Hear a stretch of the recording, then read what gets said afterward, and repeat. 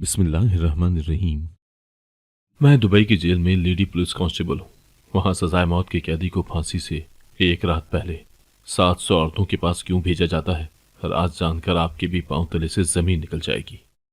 मेरा नाम रिमशा है। मैं बखर के एक मुतवस्सित घराने से ताल्लुक़ रखती हूँ। जवान हुई तो वालिदैन को मेरी शादी की फिक्र पड़ गई। अल्लाह ने मुझे हुस्न भी बहुत दिया था, इसीलिए मेरी शादी एक मौमा नहीं बनी थी। मेरे लिए आए रोज़ रिश्ते आते रहते थे, इसलिए मेरे वालिदैन ने मेरी शादी का फैसला बहुत सोच समझ कर किया था। जिस इलाके में हम रहते थे वहाँ हमारे जैसे ही लोग रहते थे। अम्मी कहती थी कि मैं अपनी बेटी की शादी किसी बहुत ही अच्छे घराने में करूँगी, इसलिए वो मेरे लिए बेहतर से बेहतरीन रिश्ते की तलाश में रहती थी। और एक दिन मेरे लिए एक ऐसा रिश्ता आया जिसे मेरे वालिदैन ने फ़ौरन कबूल कर लिया था। ये लाहौर शहर में रहने वाला बहुत ही अमीर घराना था। लड़का दुबई में रहता था, वहीं पर उसका अपना शोरूम था। मेरे ससुराल वालों ने कह दिया था कि शादी के बाद लड़का अपनी बीवी को साथ ले जाएगा। लड़के की तस्वीर दिखाई गई तो वो भी बहुत खूबसूरत था, इसलिए मेरे वालिदैन ने हथेली पर सरसों जमा ली थी। चट मंगनी हो गई थी। मेरे ससुराल वाले चाहते थे कि शादी महीने के अंदर अंदर ही हो जाए, क्योंकि लड़के ने दुबई से आना था। उसका अपना बिजनेस था, इसीलिए वो ज़्यादा दिन की छुट्टी नहीं ले सकता था। अब्बू इस बात पर मुतरिस थे। वो कहने लगे कि हमें कुछ वक्त मिले ताकि अच्छी तरह से जांच पड़ताल कर लें कि ये लोग कैसे हैं। अम्मी जल्दी से बोली, असद, आप ये शुक्र करें कि अल्लाह ने आपको हसीन बेटी दी है, नहीं तो इतने अच्छे रिश्ते हमारे जैसे घरानों में नहीं आते। अब हम उनसे वक्त नहीं ले सकते। मुझे तो यही डर है कि कहीं वो हमारी कम हैसियत को देखकर इस रिश्ते से इनकार ही ना कर दें। अब्बू कहने लगे, ऐसी भी बात नहीं है। अब ऐसे अमीर लोग शरीफ घरानों की लड़कियों को बहू बनाना चाहते हैं, और अल्लाह की फजल से पूरा मोहल्ला तुम्हारे शौहर की शराफत का गवाह है। अम्मी ने सर झटक दिया था और बोली, असद, मैं आपके वसवसों की वजह से अपनी बेटी की किस्मत खराब नहीं कर सकती। अगर अल्लाह ने उसकी सुन ही ली है तो हम कौन होते हैं उसकी राह में रुकावट डालने वाले। अब्बू हमेशा ही अम्मी के आगे चुप कर जाया करते थे। आज भी अम्मी जीत गई थी और यूं मैं अपने अमीर शौहर के घर की मलका बनने के ख्वाब देखने लगी थी। अम्मी कहती थी, रिमशा, जब हमारे रिश्तेदारों को इस बात का इल्म होगा कि तुम बहुत अच्छे घर में ब्याही जा रही हो तो सब जलकर कबाब हो जाएंगे। मैं और अम्मी अपने रिश्तेदारों की शक्लें सोचकर ही हंसने लगी थी। हमने अपनी बिसात के मुताबिक जहेज की तैयारी करना चाही थी, मगर मेरे ससुराल वालों ने सख्ती से मना कर दिया था। वो कहने लगे कि आपकी बेटी तो वैसे ही शौहर के पास दुबई चली जाएगी, इसलिए आप बिला वजह अपना पैसा खराब न करें। इस बात पर अब्बू भी बहुत खुश हो गए थे। कहने लगे, आजकल इतने अच्छे लोग ढूंढने से भी नहीं मिलते। फिर वो दिन भी आ गया था जब मैं एहसन की दुल्हन बनकर उसके साथ रुखसत हो चुकी थी। हमारी मंगनी 1 महीना ही रही थी। इस दौरान एहसन ने एक बार भी मुझसे बात नहीं की थी, इसलिए मैं अपनी शादी के वक्त बहुत नर्वस थी कि न जाने मेरे शौहर का मिजाज कैसा होगा। मैंने सबसे चोरी छुपे एहसन को गौर से देखा था। वो बहुत खूबरू जवान था। खैर, मेरी सास ने चंद रस्में की और मुझे मेरे कमरे में बिठाई थी। मेरा कमरा जहाजी साइज का था। मैंने तो कभी सोचा भी नहीं था कि मेरी किस्मत इतनी अच्छी हो सकती है। थोड़ी देर बाद ही कमरे का दरवाजा खुला और मेरा शौहर कमरे में दाखिल हो गया। वो मेरे रूबरू आकर बैठ गया। वो कहने लगा, रिमशा, मैं बहुत खुश हूँ कि मुझे तुम मिल गई हो। मैंने अपनी आंखों में हैरत समोकर उसे सवालिया निगाहों से देखा था। एहसन मुस्कुरा के कहने लगा, तुम क्या सोच रही हो कि हमारी शादी एक इत्तेफाक के तहत हुई है? ऐसा हरगिज नहीं है। मैंने तुम्हें 2 माह कबल एक शादी पर देखा था। मुझे तुम बहुत अच्छी लगी थी। मैंने बड़ी मुश्किल से तुम्हारे बारे में मालूमात हासिल की थी।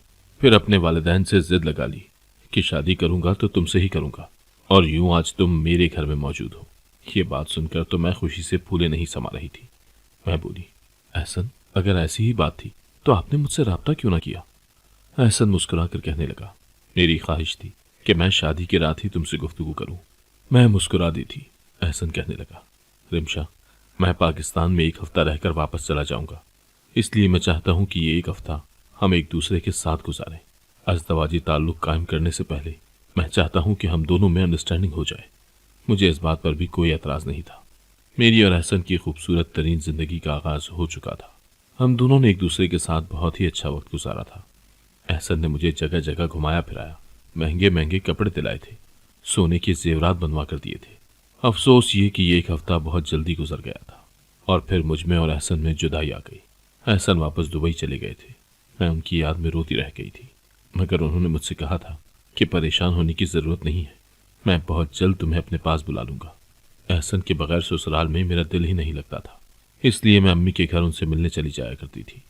मेरी वालदा मेरी इस शादी से बहुत खुश थी। मैं अम्मी को भी खर्चा देकर जाती थी, क्योंकि मेरे ससुराल में पैसे की रेल पेल थी। मैं एहसन के बगैर फ़कत 2 हफ्ते ही रही थी, फिर उसने मुझे अपने पास दुबई बुला लिया। वो दिन मेरी ज़िंदगी का सबसे बेहतरीन दिन था। दुबई पहुंची तो एहसन मुझे लेने आए थे, मगर जिस तरह वो पाकिस्तान में मुझ पर वारी सद के जाते थे, यहाँ दुबई में मुझसे दूर दूर से थे।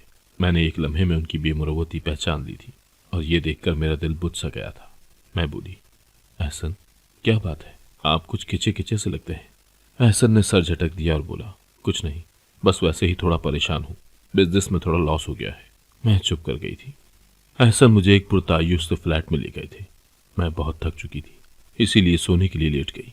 सुबह जब मैं नींद से बेदार हुई तो एहसन का मूड बहुत खुशगवार लग रहा था। वो कहने लगे, रिमशा, आज हमारा वलीमा है, तुम नाश्ता वगैरह कर लो, मैं तुम्हें दुबई के एक बेहतरीन से सैलून में छोड़ाऊंगा, फिर शाम तक तुम वहीं पर रहोगी। जब तुम्हारा मेकअप हो जाएगा तो मैं तुम्हें लेने के लिए आ जाऊंगा। मैं मुस्कुराकर बोली, एहसन, इतनी भी क्या जल्दी थी, अभी मुझे कुछ दिन यहाँ रहने तो देते। एहसन मुझे गौर से देखने लगे और बोले, तुम्हें यहाँ आते आते वैसे भी बहुत देर हो गई है, मैं मजीद इंतजार नहीं कर सकता। एहसन के मुबहम से जवाब पर मैं सोच में पड़ गई थी। खैर, एहसन मुझे सैलून ले गए। उन्होंने हिदायत की थी कि मेरी बीवी को मुकम्मल तौर पर बदल दिया जाए, और मुझे एहसन की ये बात अच्छी नहीं लगी थी, क्योंकि मैं एक हसीन लड़की थी, मुझे बदलने की कोई ज़रूरत नहीं थी। सैलून वाली लड़की ने अपना काम शुरू कर दिया था। वो बहुत हसीन सी थी। मैं समझी कि वो अरब लड़की है। थोड़ी देर बाद जब उसने मुझसे उर्दू में बात की तो मैं हैरान रह गई थी। वो लड़की मुझसे कहने लगी, रिमशा, एक बात पूछूं, आप बुरा तो नहीं मनाएंगी? मैं बोली, हाँ हाँ कहो। मैं भला क्यों बुरा मानने लगी? वो लड़की कहने लगी, आप ये काम क्यों करना चाहती हैं? इसके पीछे आपकी क्या मजबूरी थी? मैं सहर नामी लड़की की बात सुनकर हैरान हुई थी। मैं बोली, आप ये क्या कह रही हैं? शादी कोई मजबूरी तो नहीं होती। मेरे वालिदैन ने मेरा रिश्ता एहसन के साथ तय कर दिया, हमारी शादी हो गई और मैं यहाँ उनके पास आ गई। सहर के चेहरे पर हैरत ही हैरत थी। वो कहने लगी, एहसन कौन है? मुझे लगा जैसे उस लड़की की याददाश्त खराब है। मैं बोली, अभी थोड़ी देर पहले जो मर्द मुझे यहाँ छोड़कर गया है वो मेरा शौहर है और उसका नाम एहसन है। उस लड़की ने सर हिला दिया। फिर उसके बाद उसके मुंह से एक भी जुमला नहीं निकला था। उसने मेरे बालों की कटिंग की, बालों का रंग बदल दिया, मेरी आईब्रो शेप तब्दील कर दी। उसने मेरे मुंह पर न जाने क्या क्या किया था। जब मैंने शीशा देखा तो खुद को पहचान नहीं सकी थी। ये तब्दीली खुशगवार थी, इसीलिए मुझे बुरा नहीं लगा था। शाम तक सैलून में बैठ बैठ कर मैं बहुत थक चुकी थी, मगर खुद पर नजर पड़ते ही मेरी सारी थकान दूर हो गई थी। जब मैं जाने लगी तो सहर ने मेरे हाथ में एक चिट पकड़ा दी थी। वो बोली, रिमशा, मेरा ये मोबाइल नंबर है, ज़बान याद कर लो, क्या पता कि कभी काम आ जाए। मैंने उसके हाथ से चिट पकड़ ली थी। वो लड़की कहने लगी, रिमशा, अपने इर्द गिर्द का जायजा खुली आंखों से लेना। सहर की बातें मुझे अजीब सी कश्मकश में डाल रही थी। न जाने वो ऐसी बातें क्यों करती रही थी। शाम के वक्त जब मुझे एहसन लेने आए तो वो मेरी तरफ देखकर बहुत खुश हुए थे। कहने लगे, तुम बिल्कुल वैसी ही बन गई हो जैसी मैं चाहता था। मैं भी खुश हो गई कि चलो, अपने शौहर को तो अच्छी लगी हूँ। एहसन मुझे अपने साथ एक बहुत बड़े हॉल में ले गए थे। मैं तो समझ रही थी कि मैंने जाते ही सजे सजाए स्टेज पर बैठ जाना है, मगर ऐसा कुछ भी नहीं हुआ था। मेरे वलीमे में बहुत से लोग आए हुए थे, जिनमें ज्यादातर मर्द हजरात ही थे। ये बहुत अमीर अरबी मर्द लग रहे थे। उनके जानिब देखकर ऐसा लगता था जैसे वो मेरे अंदर नजरें गाड़ कर मेरा जायजा ले रही हो। मैं कुछ परेशान सी हो गई थी। एहसन मेरा हाथ पकड़कर मुझे एक टेबल से दूसरी टेबल पर ले जा रहे थे, जहां लोग मुझे ऐसे देख रहे थे जैसे मैं कोई शोपीस हूँ। मैं बोली, एहसन, प्लीज हम एक जगह पर बैठ जाएं क्या? मुझे अच्छा नहीं लग रहा इन लोगों का इस तरह मुझे देखना। एहसन एकदम से मेरी जाने पलटे थे। वो गुर्रा कर बोले, ये छोटे लोगों जैसी बातें करना छोड़ दो। मैं जानता हूँ तुम एक बहुत ही गरीब घराने से आई हो, तुम्हें नहीं मालूम कि अमीर लोगों में कैसे उठा बैठा जाता है। मेरी बात सुनो, जैसा मैं कह रहा हूँ वैसा करो। एहसन की इतनी तल्ख बातें सुनकर मेरी आंखों में आंसू आ गए थे। मैं बोली, एहसन, ये मर्द मुझे घूर रहे हैं। मेरी बात सुनकर एहसन के चेहरे पर एक अजीब सी मुस्कुराहट फैल गई थी। वो बोले, तो इतना पैसा मैंने तुम पर क्यों खर्च किया है? देख रहे हैं तो देखने दो। एहसन की बातें मुझे अच्छी नहीं लग रही थी। मुझे कुछ मशकूक लग रहा था, मगर मैं अपने शौहर पर शक नहीं कर सकती थी।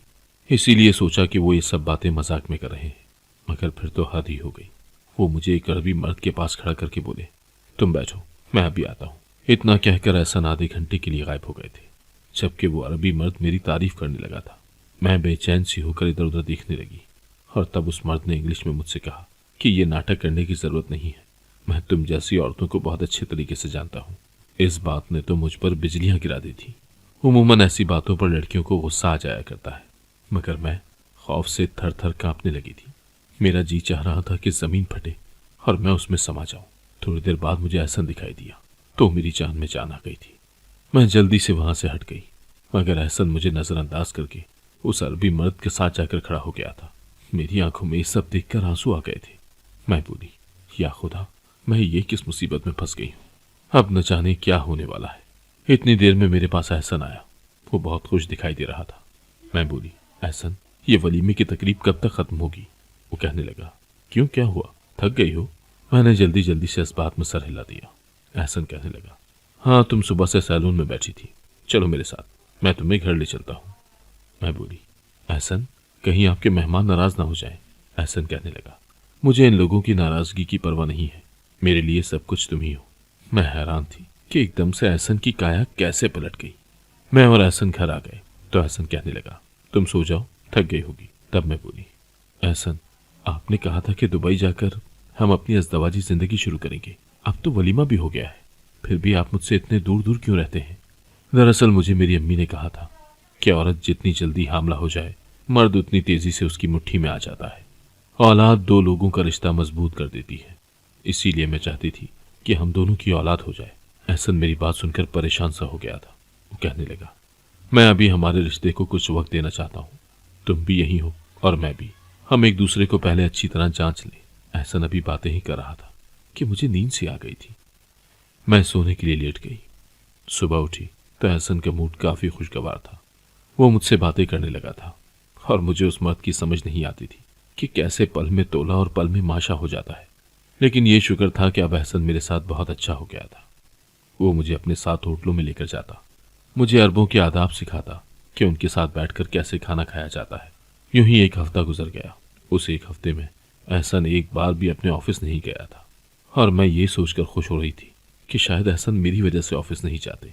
एक हफ्ते बाद एहसन कहने लगे, रिमशा, आज रात हमारी दावत मेरे एक अरबी दोस्त के घर है, तुम बहुत अच्छे से तैयार हो जाना।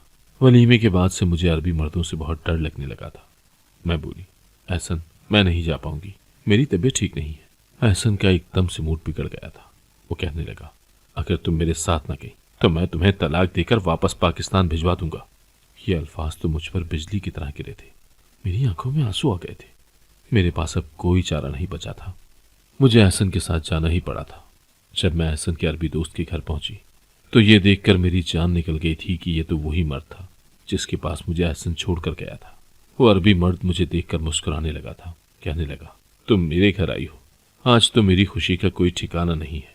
मैंने एहसन का हाथ पकड़ लिया और बोली, खुदारा मुझे यहाँ से ले चले, मेरी तबीयत बहुत खराब हो गई है। मेरी बात सुनकर एहसन परेशान हो गया था। वो बोला, मुझे माफ कर दो, मैं तुम्हें जबरदस्ती यहाँ ले आया, मगर तुम बैठो, मैं गाड़ी निकाल कर आता हूँ, फिर मैं तुम्हें डॉक्टर के पास ले जाऊंगा। मैंने हामी भर ली। एहसन बाहर निकल गया तो मैं भी उठकर खड़ी हो गई थी। मैं बस चाहती थी कि एहसन जल्दी से आ जाए और हम यहाँ से निकल जाएं। थोड़ी देर गुजर गई मगर एहसन वापस नहीं आया था। अब मैं कुछ परेशान सी हो गई थी। वो अरबी मर्द मुझे बहुत गहरी निगाहों से देख रहा था और उसकी नजरों से मुझे कोफ्त होने लगी थी। मैं बाहर जाने लगी तो एक गार्ड आगे बढ़ा और उसने मुझे जाने से रोक दिया। मैंने गुस्से से अरबी मर्द की जानिब देखा और बोली, ये क्या बकवास है? वो अरबी मर्द बड़े तहम्मुल से मुझे देखता रहा, फिर इंग्लिश में बोला, रिमशा, मैंने तुम्हें तुम्हारे शौहर से खरीद लिया है, तुम चंद दिन मेरे पास रहोगी। जब पैसे पूरे हो जाएंगे तो तुम्हारा शौहर आकर तुम्हें ले जाएगा। फिर एक बार वो बहुत बड़ी दावत करेगा, जैसे पहले भी एक बार हुई थी।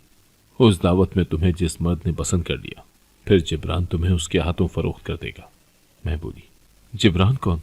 वो अरबी मर्द बोला, तुम्हारा शौहर और कौन? मेरा तो दिमाग ही चकरा कर रह गया था। क्या एहसन का असली नाम जिब्रान था? क्या उसने मुझे सच में फरोख्त कर दिया था? मैं कुछ भी समझ नहीं पा रही थी। मेरा दिमाग साए साए करने लगा था। मैं सोफे पर ढह सी गई थी। मैंने दिल ही दिल में अल्लाह को मदद के लिए पुकारा था। मैं दुआएं करने लगी थी कि या अल्लाह, मेरी इज्जत महफूज रहे, मुझे इस दरिंदे से बचा लीजिएगा। मैं उस मर्द की नजरों से ओझल हो जाना चाहती थी, इसीलिए बोली कि मैं वॉशरूम इस्तेमाल करना चाहती हूँ। उसने मुझे इजाजत दे दी तो मैं बाथरूम में घुस गई थी और अंदर से कुंडी लगा ली थी। मैं ज़ारो ज़ार रोने लगी थी। तभी मेरी नज़र बाथरूम में शीशे के सामने पड़े हुए एक मोबाइल पर पड़ी थी। उस मोबाइल को देखते ही मेरे दिमाग में सहर घूम गई थी। मैंने कांपते हाथों से वो मोबाइल उठाया था ये तो शुक्र था कि मैंने सहर का नंबर याद कर लिया था। मैंने उसको फ़ोन मिलाया तो उसने दूसरी ही बेल पर फ़ोन उठा लिया था। वो बोली, कौन? मैं उसकी आवाज़ सुनकर रोती चली जा रही थी। फिर मैं बोली, मैं रिमशा बात कर रही हूँ। मेरे शौहर ने मुझे एक अरबी मर्द के हाथों फरोख्त कर दिया है। मैं इस वक्त उससे छुपकर बाथरूम में खड़ी हूँ। मेरी इज्जत बचा लो। सहर बोली, तुम बेफिक्र हो जाओ और अपनी जगह से मत हिलना। मैं तुम्हारी लोकेशन ट्रेस करके तुम तक पहुंचने की कोशिश करती हूँ। मैं वहां खड़ी यही सोच रही थी कि अब न जाने क्या होगा। मैं आधा घंटा यूं ही खड़ी थी। फिर बाथरूम के दरवाजे पर दस्तक होने लगी कि जल्दी से दरवाज़ा खोल दो, नहीं तो मैं ये दरवाज़ा तोड़कर अंदर आ जाऊंगा। फिर तुम्हारा जो हशर करूंगा वो तुमने कभी ख्वाब में भी नहीं सोचा होगा। मैं थर थर कांप रही थी और फिर मुझे अजीबो गरीब आवाज़ें सुनाई देने लगी थी। एक शोर सा बपा था और मुझे सहर की आवाज़ सुनाई दी थी। वो बोली, रिमशा तुम बाहर आ जाओ, अब तुम महफूज हो। मैंने जल्दी से दरवाज़ा खोल दिया और सहर से लिपट कर रोने लगी थी। अल्लाह ने मेरी इज्जत महफूज रखी थी, मुझे बचा लिया गया था। सहर मुझे अपने साथ थाने ले गई। वहां जाकर मुझे पता चला कि मेरे शौहर का असल नाम जिब्रान है और वो पिछले कई सालों से इस किस्म की वारदातों में मुलविस था। पुलिस उसकी तलाश में छापे मार रही थी, मगर वो हर बार फरार हो जाता था। सहर भी एक पुलिस ऑफिसर थी। वो जिब्रान और उसके गिरोह को पकड़ने के लिए सैलून वाली लड़की का रूप धारे हुए थी। मुझसे जरूरी बयान लिए गए थे और फिर सहर मुझे अपने साथ घर ले गई थी। वो बोली, रिमशा अब तुम्हें पाकिस्तान वापस भेज दें क्या? मैंने उसके आगे हाथ जोड़ दिए और बोली, मैं अभी पाकिस्तान नहीं जाना चाहती। मैं यहाँ पर मुलाजमत करना चाहती हूँ। अगर तुम मेरी मदद कर सकती हो तो प्लीज कर दो। सहर बोली, तुम्हारी तालीम कितनी है? मैंने बताया कि मैंने एमए किया है। उसने कहा, चलो मैं कुछ करती हूँ। फिर मैं सहर के साथ उसके घर में ही रहने लगी थी। एक दिन सहर मुझसे बोली, क्या तुम दुबई पुलिस में काम करना चाहोगी? मेरे लिए इससे बढ़कर भला और क्या बात हो सकती थी, इसीलिए मैंने फौरन हामी भर दी। सहर ने मेरे लिए सारे मामला तय कर दिए थे और मुझे पुलिस में मुलाजमत दिलवा दी थी। मैं बेइंतहा खुश थी। फिर मेरी बाकायदा ज्वाइनिंग हो गई थी। मैं हर रोज थाने जाती तो वहां पर कुछ अजीबो गरीब सरगर्मियों को भी नोट करती थी। जाहिर सी बात है, मुझे उन मामलात की समझ बूझ नहीं थी, इसीलिए चुपचाप अपना काम करती थी। सबसे ज्यादा हैरत मुझे ये देखकर होती थी कि उस जेल में जो कोई भी सजाए मौत का कैदी होता, उसे सजाए मौत से पहले 700 औरतों के पास लेकर जाया जाता था। और ये सब देखकर मैं हैरान हो जाती थी। पहले पहल में इस चीज को नजरअंदाज करती रही, फिर एकदम से चौंक गई थी। एक ख्याल सा मेरे दिल में कूदा था। मैं उन हालात से गुजरी थी कि मुझे मेरे शौहर ने धोखा दिया था। एक मर्द जिसने मुझसे निकाह किया था, उसने ही मुझे रुसवा करने में कोई कसर नहीं छोड़ी थी। वही मेरी इज्जत का सौदा ही निकला था और अब मुझे किसी पर भी एतबार नहीं रहा था। इसीलिए मैं यहाँ भी मशकूक हो गई थी कि न जाने क्या चक्कर है।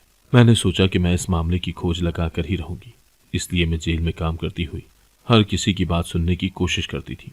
जब भी कोई मर्द आपस में बात कर रहा होता था तो मैं बहाने से उसके पास जाकर खड़ी हो जाती थी। मैंने एक बार किसी से पूछा भी था, मगर मुझे किसी ने इस बात के पीछे छुपे राज के मुतालिक नहीं बताया था कि आखिर सजाए मौत से पहले क्यों मर्द को 700 औरतों के पास लेकर जाया जाता था।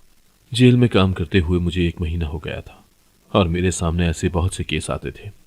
उधर मेरी वालदा मुझे फोन करके यही बताया करती थी कि जब से तुम्हारी शादी हुई है हमारे रिश्तेदारों के दिलों पर सांप लौट रहे हैं। एक दिन मैंने अम्मी से पूछ ही लिया था। मैं बोली, अम्मी आपने मेरी शादी इतनी जल्दी में क्यों कर दी थी? अम्मी की आवाज़ भर्रा सी गई थी। वो कहने लगी, रिमशा मैं अच्छे घराने से ताल्लुक़ रखती थी। तुम्हारे अब्बू मुतवस्सित तबके से ताल्लुक़ रखते थे। वो मेरी ख्वाहिशों को पूरा नहीं कर सकते थे। मेरे साथ की सारी लड़कियां अपने अपने घरों में बहुत खुश थीं। इसलिए मैंने सोच लिया था कि मैं अपनी बच्चियों की शादी बहुत ही अच्छे घराने में करूंगी ताकि उन्हें किसी चीज़ के लिए तरसना ना पड़े। मैं बोली, अम्मी अब्बू गरीब थे मगर इंसान तो अच्छे थे ना। जिंदगी में पैसा ही सब कुछ नहीं होता। अच्छा रिश्ता मिलना भी किसी गनीमत से कम नहीं है। अम्मी चौंक गई थी। वो कहने लगी, क्या बात है रिमशा, एहसन के साथ झगड़ा हुआ है क्या? मैं बोली, अम्मी ये सब बातें तो मैं आपको पाकिस्तान आकर बताऊंगी, लेकिन मेरी एक बात मान ले प्लीज। आप मेरी दूसरी बहनों की शादी बहुत सोच समझ कर करिएगा। इतना कहकर मैंने फोन बंद कर दिया था और फूट फूट कर रोने लगी थी। अभी मैं नई नई जॉब करती थी, इसीलिए मेरी नाइट ड्यूटी होती थी। आज जब मैं ड्यूटी के लिए आई तो ये देखकर चौंक गई थी कि आज फिर एक कैदी को औरतों की जेल की तरफ ले जाया जा रहा था और फिर बारी बारी एक एक औरत की बैरक में लेकर जा रहे थे। मैंने आज इस रात से पर्दा उठाने का सोच लिया था, इसलिए बड़ी राजदारी के साथ उनके पीछे पीछे चलने लगी थी। मैं ये देखकर हैरान हो रही थी कि उस कैदी को जिस औरत के कमरे में ले जाया जाता उसे 10-15 मिनट के लिए तन्हा छोड़ दिया जाता था। यहाँ तक कि फिर वो खुद ही बाहर निकल आता और दूसरी औरत के पास ले जाया जाता। मेरे अंदर बार बार ये सवाल सर उठा रहा था कि ऐसा क्यों हो रहा है। यूं ही सारी रात बीत गई थी, यहाँ तक कि सुबह का वक्त हो गया था। कैदी को जब आखिरी औरत के कमरे में ले जाया गया तो मैं जल्दी से उस कमरे में दाखिल हो गई थी, और ये देखकर मैं शर्ता रह गई थी कि वो कैदी औरत के पास खड़ा था और दुआई अंदाज में अपने हाथ उठाए हुए थे। मैं आगे बढ़कर बोली, ये क्या हो रहा है? उस कैदी की आंखें भीग गई थी। वो बोला, बीबी, क्या आप भी मुझसे दुआ करवाना चाहती हैं? मैं बोली, क्या मतलब? मैं तुम्हारी बात नहीं समझी। वो कैदी मुझे देखकर बोला, बीबी, क्या आपने नहीं सुना कि मरते हुए आदमी की हर दुआ कबूल होती है? इसलिए ये जेल वाले हर सजाए मौत की कैदी को औरतों की बैरकों में लेकर जाते हैं, और इस तरह वो औरतें जो छोटे मोटे जराइम में मुलविस होती हैं हमसे दुआ करवाती हैं। हम तो मरने वाले होते हैं, मगर लोगों के लिए दुआ कर जाते हैं जो कबूल हो जाती है। मैं ये सब बातें सुनकर बहुत हैरान हुई थी। फिर मैं बोली, अगर ये सब इतना ही सादा था तो फिर इस कदर राजदारी क्यों बढ़ती जा रही थी?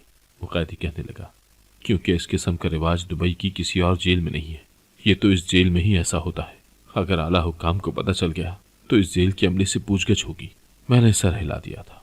वो कहने लगा, आपके लिए क्या दुआ करूं? मैं बोली, मेरा भरोसा लोगों से उठ गया है, आप दुआ करें कि मुझे लोगों पर फिर से भरोसा करना आ जाए। कैदी ने मेरे लिए दुआ कर दी थी। मेरी ड्यूटी के वक्त खत्म हो गया था, इसीलिए मैं वापस घर आ गई थी। घर आकर पता चला कि मेरी वालदा मुझे बार बार फ़ोन कर रही थी। मैंने फ़ोन किया तो वो रो रही थी। कह रही थी, रिमशा, जल्दी से पाकिस्तान पहुंचो, तुम्हारा बाप बीमार है। ये बात सुनकर मैंने जल्दी से अपनी पैकिंग की थी और थाने से छुट्टी लेकर पाकिस्तान चली गई थी। मैं बहुत परेशान थी, सारे रास्ते अब्बू के लिए दुआएं करती रही थी। जब घर पहुंची तो ये देखकर बहुत खुशी हुई कि अब्बू तो अच्छे भले थे। मैंने अम्मी से इस मुतालिक इस्तफसार किया तो वो कहने लगी कि मैंने तुम्हारे अब्बू की बीमारी का झूठ बोला था। मुझे शक था कि तुम दुबई में खुश नहीं हो, इसीलिए मैंने तुम्हें यहाँ बुला लिया।